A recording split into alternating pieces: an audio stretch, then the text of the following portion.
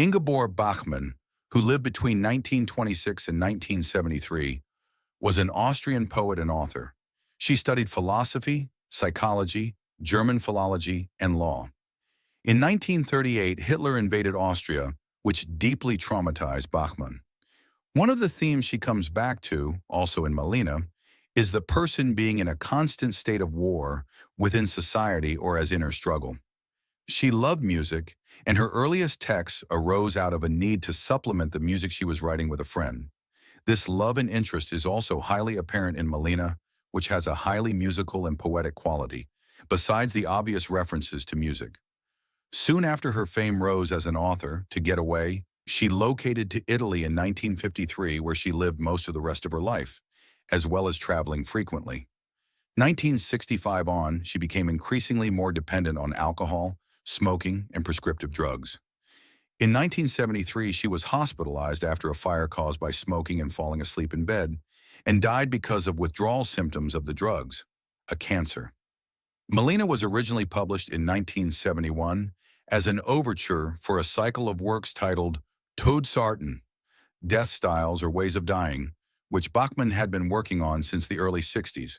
The cycle was not completed. However, Malina was a standalone work which contained the key themes of the cycle, dealing with the portrayal of the contemporary Austrian woman's position in the society and her symbolic death in it, as well as in herself.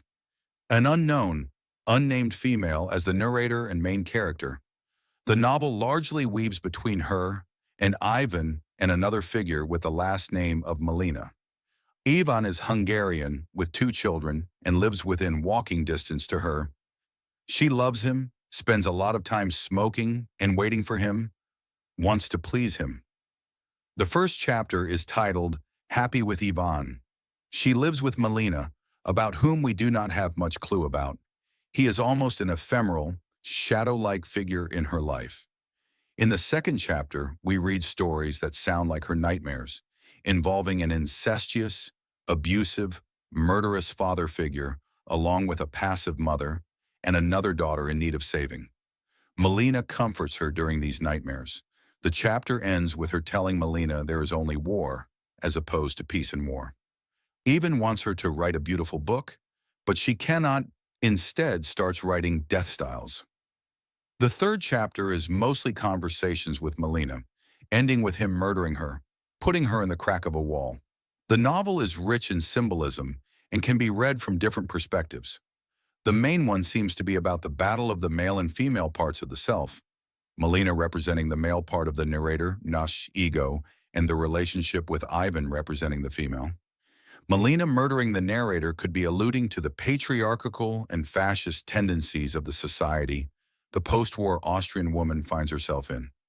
Although the work could be seen dark and depressing, especially in its culmination, to me it isn't.